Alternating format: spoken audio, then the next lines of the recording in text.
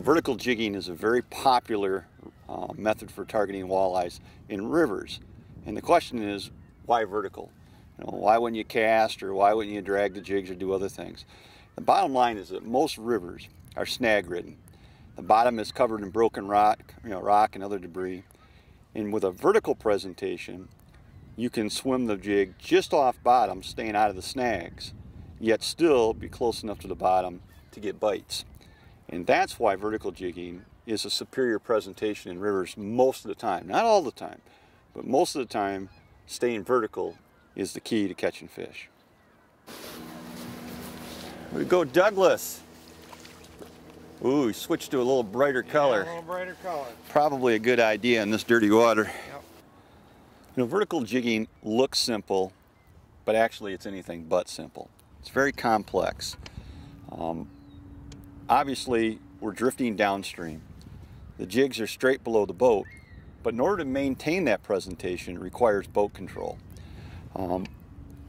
It would be, if there was no wind, you could let your jigs straight down to the bottom and they'd stay vertical pretty much all the time. But rarely do we get the opportunity to fish when there's no wind. So what ends up happening when there's a little breeze, even today, just a light breeze, what's happening is the boat is moving across the water under sail power, under wind power. So I have to use the electric motor to compensate for that. What I'm trying to accomplish, I'm trying to get the jig, the current, and the boat all moving at the same speed. When you do that, the line stays vertical.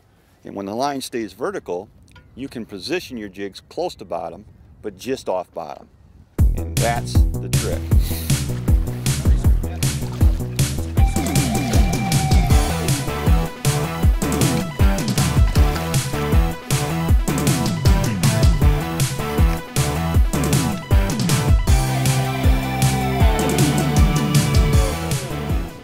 Way to go.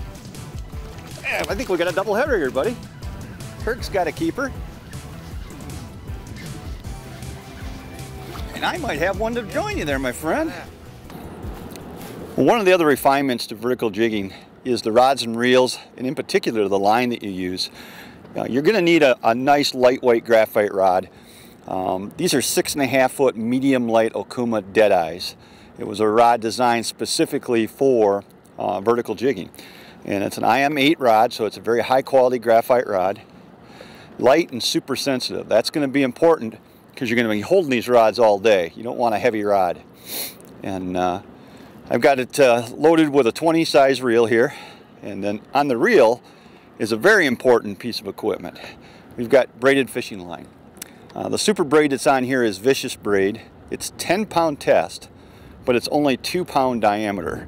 So that thin line allows me to stay vertical a little easier. And then also, because the line has no stretch in it, you have a better sense of feel or sensitivity. You detect many more bites with braided line than if I was using monofilament or fluorocarbon. Now, I personally don't like to tie the braid directly to the jig. I would prefer to use a fluorocarbon leader. So what I've done is I've tied about 24 inches of 8-pound test fluorocarbon leader to my braid and then my jig to the fluorocarbon. So I've got a clear leader to the fish tying directly to the jig.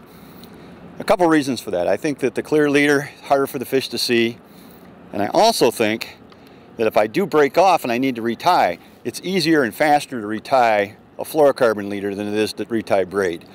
In order to tie braid, you have to cut it with the scissors, and the knots don't hold as good in braid either. So I just feel more comfortable having a fluorocarbon leader. So that's the basic setup: 6.5 foot medium light action rod, spinning reel, 10-pound test braid, and an 8-pound test fluorocarbon leader tied directly to the jig. There's good fish. All right. Oh! Hold on.